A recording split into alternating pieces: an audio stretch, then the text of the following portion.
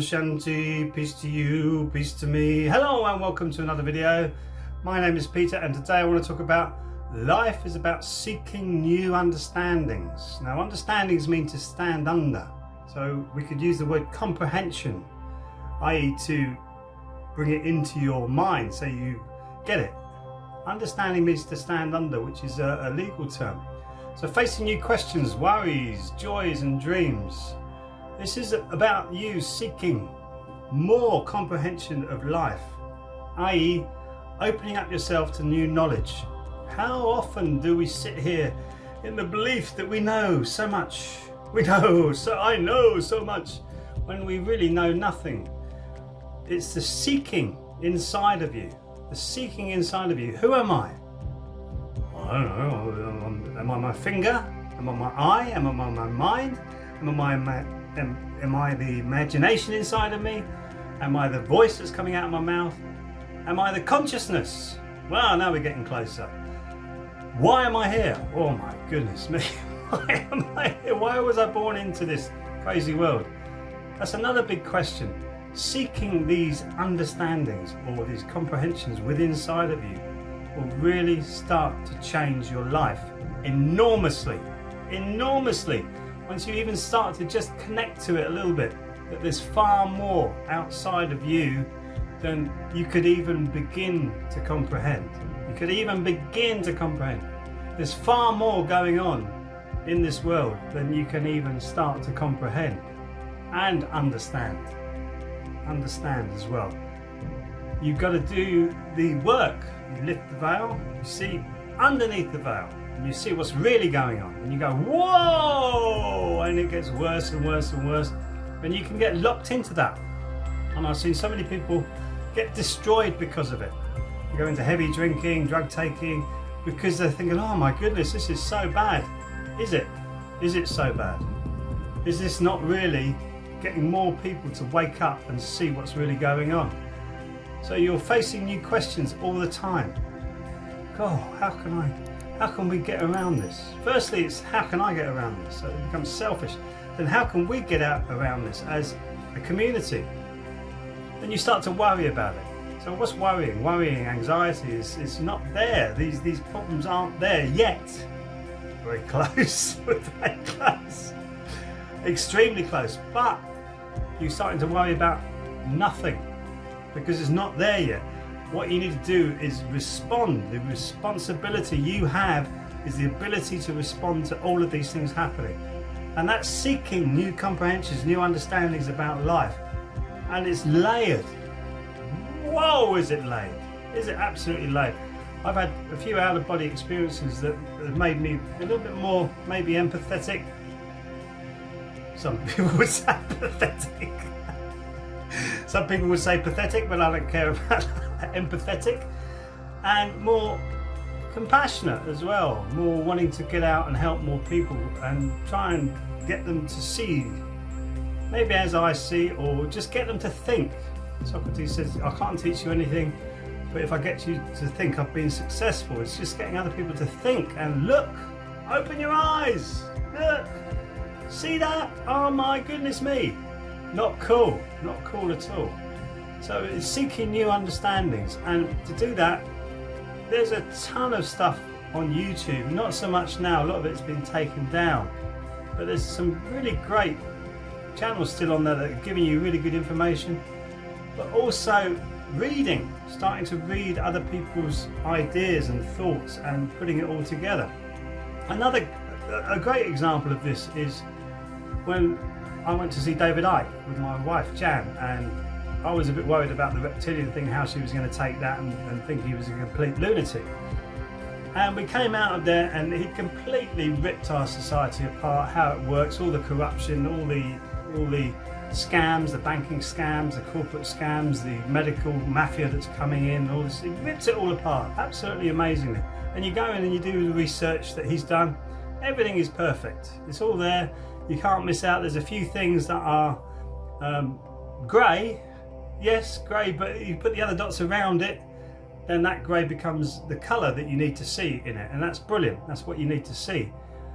So we walked out of there and she said, oh, it's really interesting that he was talking about the reptilian or archontic influence we have on our life, because she was really into Eric von Daniken when she was younger. Now, I didn't know this, and all the ancient alien concepts and theories about them being on our planet. Now, if you do your own research and go into the Book of Enoch, which was part of the Bible scriptures, why it was taken out, that's another brilliant thought and process that you need to go through, but why it was taken out becomes very obvious once you do a little bit more research. But the Book of Enoch, they had the Watchers which are perceived to be the fallen angels or from an extraterrestrial source, angels or extraterrestrials, and they had children with human women called the Nephilim. And Gilgamesh was in that story of the Watchers in the Book of Enoch. And you go across to the Sumerian texts, which Zachariah Sitchin did a lot of work on translating them. You have entities coming down which were looked upon as the gods or the Watchers. Same as Enoch, different area, same as Enoch. But also you had Gilgamesh, who was one of the leaders of that particular visitation on the planet. So how did these two books that were, or lessons completely different to each other, actually exist and be completely ignored by our mainstream? Completely ignored, absolutely 100% ignored. No, it's a myth. No, just ideas. These are little stories and tales. You go, and when you start to realise that there's lots of coincidences across the planet of all this ancient stuff, and there's buildings and anomalies across the world that we couldn't even build today. We don't have the technology today, and we think we're so advanced compared to them, and yet these are built like the pyramids. The Great Pyramids is a great example. And Nazca, they found those skeletons in these caves that they x-rayed, they've done scans on them, they found that it is cartilage and bones, and even a couple of them had eggs in them that they could x-ray and see the eggs through the x-ray. And you had bone specialists and skin specialists and all sorts of other specialists across the world looking at these things and going, these are definitely not human. At least 40 or 50% of the DNA is not human. That should have blown up all across the world, saying, whoa, what is this then? Why Nazca with all those lines? Have you seen the lines and the pictures on the top of the mountains in Peru that you can only view from the sky? That's a new understanding. You go, well, who did that then? Who did that? Was it us with the chisels and stones tapping away, getting these perfect shapes and these perfect straight lines where it looks like something like a landing field? Was it us doing that? Maybe. I would suggest that it was a higher intelligence that was actually involved with that. And that's about seeking new understandings and looking at this information and seeing it and going, whoa, actually opens up your mind a lot more. And you start to get to the perception of there's so much more once you lift that veil, and there's so much more to humanity once you start to step through those doors of not thinking, oh, I can't do that, I can't do that.